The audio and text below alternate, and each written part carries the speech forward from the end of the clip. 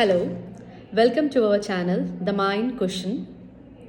Today we'll discuss about OCD.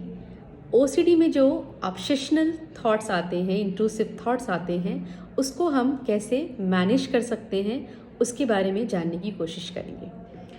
Obsession is being defined as repetitively intrusive thoughts which comes regularly in your mind against your will.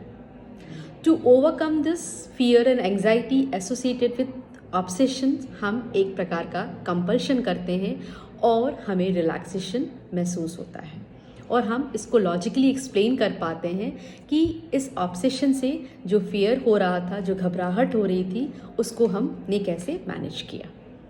सबसे पहले जानेंगे कि obsession कैसे बनता है.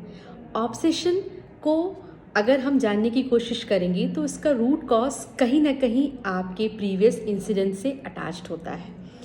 अगर लाइफ में कोई ऐसी इंसिडेंट हुई है जिसका आपने एसोसिएशन बनाया है कि अगर मैं सपोज कंटामिनेशन और डर्ट को, अगर मैं इसको हाथ को बार बार अपने हाथ को धोऊंगा तो मेरे लाइफ में चीज़ें ज़्यादा बेटर होंगी और मैं अपने लाइफ को अच्छी तरीके से लीड कर पाऊंगा, अपनी फैमिली मेम्बर्स का सही तरीके से ख्याल रख पाऊंगा. तो यहाँ आपने क्या किया, एक एसोसिएशन बनाया, एक इंसिडेंट्स के साथ आपने कभी ऐसा किया और करेंटली आपने उसके साथ एक एसोसिएशन बनाया कि जब भी मैं ऐसा करता हूँ तो मेरे साथ सभी कुछ अच्छा होता है, सब कुछ सही होता है. तो ये जो एसोसिएशन बनता है ये कहीं ना कहीं हमारी फॉल्टी इरैशनल बिलीफ है जिसको कि हमने on the basis of our previous incident पे बनाया है. इसी एसोसिएशन को हमें ब्रेक करना है. हमें सबसे पहले इस चीज़ को एक्सेप्ट करना है कि there is no relationship between that incident और जो हमने एसोसिएशन करके इरैशनल थिंकिंग की है, इन दोनों के बीच में कोई एसोसिएशन नहीं है. It might be just a chance factor, it might be just a chance factor और डेफिनेटली वो चीज़ें हुई हैं. तो जो ऑब्सेशन से हमें एंजाइटी, घबराहट, बेचैनी या फियर होता है तो उसको ओवरकम करने के लिए हमें ऐसा लगता है कि हम अगर ये कंपल्शन करेंगे तो हम बेटर महसूस करेंगे. यही चीज़ हमारी प्रॉब्लमेटिक है और जो कि इन फ्यूचर हमें डिस्ट्रेस करती है ना. आप क्या करना है, आपको लॉजिकली एक्सप्लेन करना है, रैशनली सोचना है कि अगर ये चीज़ें हुई हैं तो it is a chance factor and there is no rationality, there is no association between these two things. और इसको वैलिडेशन कीजिए, बेसिकली इसको डिस्प्यूट कीजिए कि ये चीज़ें होने का रीज़न कुछ और भी हो सकता है क्योंकि उस समय ये चीज़ें होनी थी और हमने चूँकि हाथ तो अपने सफाई के लिए धोया था, बट हमने जो एसोसिएशन बनाया ये एसोसिएशन हमारी गलत है. इसको हमें मोर एंड मोर रैशनल तरीके से सोचना है कि अगर इन दोनों के बीच में कोई लिंक नहीं है तो जो मैं ये एक्ट कर रहा हूँ वो चीज़ें, सारी चीज़ें इरैशनल है and I validate it out कि there is no link it out.